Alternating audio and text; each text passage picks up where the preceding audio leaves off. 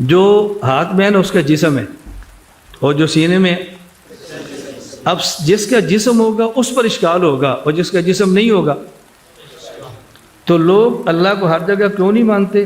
وہ سمجھتے ہیں اللہ کا جسم ہے، اللہ پاک ہے، اللہ نور ہے، اللہ مقدس ہے، اللہ مطہر ہے، یہ کیسے بازار میں ہوں گے، کیسے بیت الخلاء میں ہوں گے؟ اور جب یہ ذہن میں ہوگا اللہ ایسے ہے جیسے سورۃ فاتحہ ہے دل میں، اب اعتراض ہوگا؟ بس اللہ ایسی ہر جگہ پر ہے جیسے سورۃ الفاتحہ آپ کے دل کے اندر ہے۔ مزید سمجھنا، مزید شبہ کیوں پیدا ہوتا ہے، یہ اشکال کیوں ہوتے ہیں؟ اللہ ہر جگہ پر ہے جی، اللہ مجھے اور آپ سب کو محفوظ رکھے، نقل کفر نہ باشد۔ بعض باتیں زبان سے کہتے بھی ڈر لگتا ہے، لیکن سمجھانے کے لیے بات کہنی پڑتی ہے، چارہ نہیں ہے۔ آپ یقین فرماؤ میں نے کانوں سے بیان سنے اور بعض لوگوں کی باتیں سنی، مثلا ایک مولانا صاحب بیان کر رہے ہیں، ان کا عقیدہ اللہ عرش پر ہے، یہ لوگ کہتے ہیں اللہ ہر جگہ پر ہے۔ اچھا اگر اللہ ادھر ہے تو پھر یہ ڈیکس کیسے ہوا؟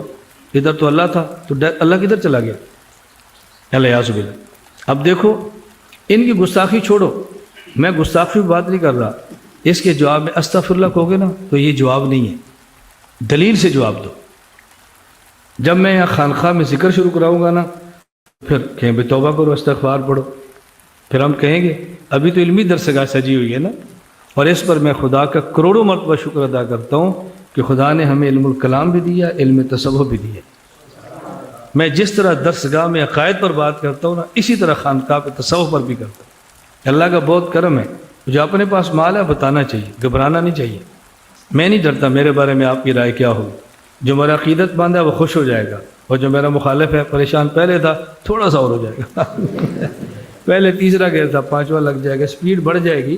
اور امت کو سپیڈ تیز رکھنا بہت بڑی عبادت ہے، سست امت کو چست کرو، اور کیا چاہیے؟ اللہ کا شکر ہے میں کسی علاقے میں جاتا ہوں نا امت چست بہت ہوتی ہے، ہر قسم کے لوگ چست ہو جاتے ہیں، اور مجھے بڑی خوشی ہے، سارے حرکت میں آتے ہیں، حرکت میں۔ دیکھیے جی پہلی چیز تو یہ ہے کہ اس کا جواب سورہ فاتحہ کی مثال کر دیا میں نے، لیکن یہ کہنا کہ تنزیہ طور پر عقیدہ ہے کہ اللہ عرش پر ہے، یہ تو اللہ تعالیٰ نے بیان کیا ہے، رسول نے بیان، قرآن میں موجود ہے، رسول نے بیان کیا ہے۔ جو کتاب و سنت میں مذکور ہے اس پر عقیدہ رکھنا یہ کیسی، یہ تو یہی مطلوب ہے، یہی واجب ہے۔ اور آخر میں جو کہا میں علم کلام، اصل چیز جو میں کہا آخر میں جو کہی ہے علم کلام، دیکھیں علم کلام کی مذمت سارے میں نے کی، امام ابو حنیفہ نے کی، امام ابو یوسف نے کی، امام شافعی نے کی، امام احمد نے کی، امام مالک نے کی ہے، سب نے مذمت کی ہے۔ جس چیز کی مذمت ان ائمہ نے کی ہے اس کو قابل تعریف چیز سمجھنا اور اس کے مطابق سارا عقیدہ رکھنا۔ اصل میں جو بات کہی ہے آخر میں اپنی بات پر آئے ہیں، یہ ساری باتیں جو ہیں وہ کتاب و سنت اور آثار سلف کی روشنی پہ نہیں، بلکہ جو علم کلام ہے جو بذات خود ایک بدعت ہے، اور جس کی ساری چیزیں عقائد اور دلائل کتاب و سنت سے ماخوذ نہیں ہے۔ جب آپ پڑھیں گے جو خود یہ علم کلام کی تعریف کرتے ہیں تو بات آپ کو واضح ہو جائے گی کہ علم کلام کا مطلب عقلی دلائل سے گفتگو کرنا، نہ کہ کتاب و سنت کے دلائل سے گفتگو کرنا۔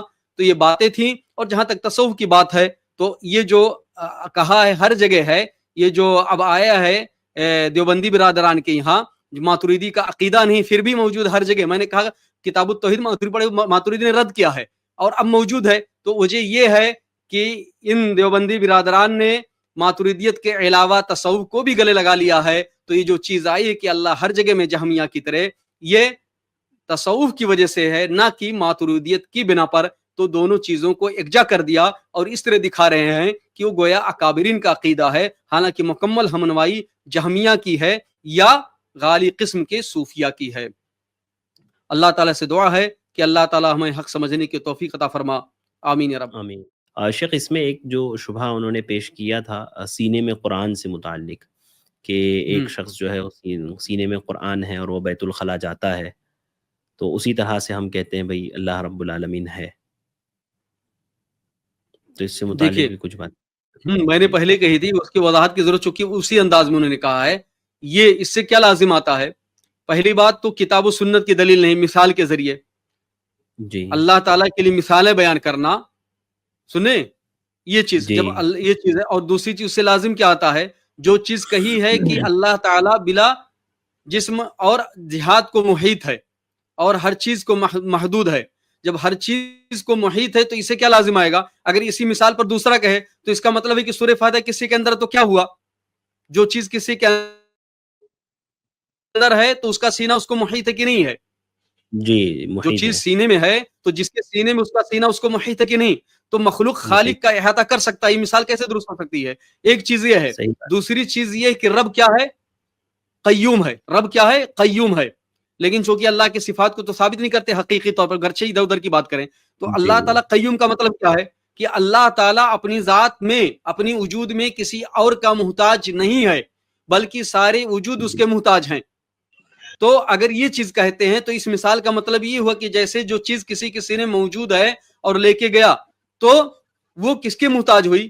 کسی اور کے وجود کا نا. جی اور اللہ تعالیٰ خود بندوں کا محتاج ہو گیا. ایک چیز اور ہے، دیکھیے میں نے کہا تھا ماتوریدی نے کیا لکھا، ابو منصور ماتوریدی نے، جو چیز دیکھی جائے گی، جو چیز، اور اللہ تعالیٰ قیامت کے دن دیکھا جائے گا کہ نہیں جنت میں؟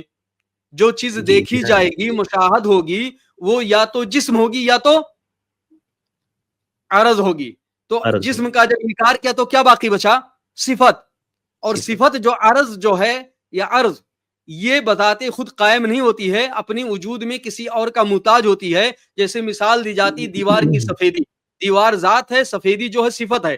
سفیدی کا خود وجود نہیں ہو سکتا، یہ اپنی ذات میں دیوار کی محتاج ہے. تو یہ ساری چیزیں ہیں، اور ہر چیز سے پہلے یہ ہے کہ کتاب و سنت کے دلائل کو چھوڑ کر کے جو ساری چیزیں آئیں شبہات اور عقلی دلائل کو استعمال کر کے کیا عقیدے کو ثابت کیا جائے گا. اور بھی اللہ تعالیٰ کے تعلق سے اللہ کی ذات غائب ہے، غیب ہے، اس کے بارے میں خبر ہی کے ذریعے جانا جا سکتا ہے، اور عقل کی حد محدود ہے.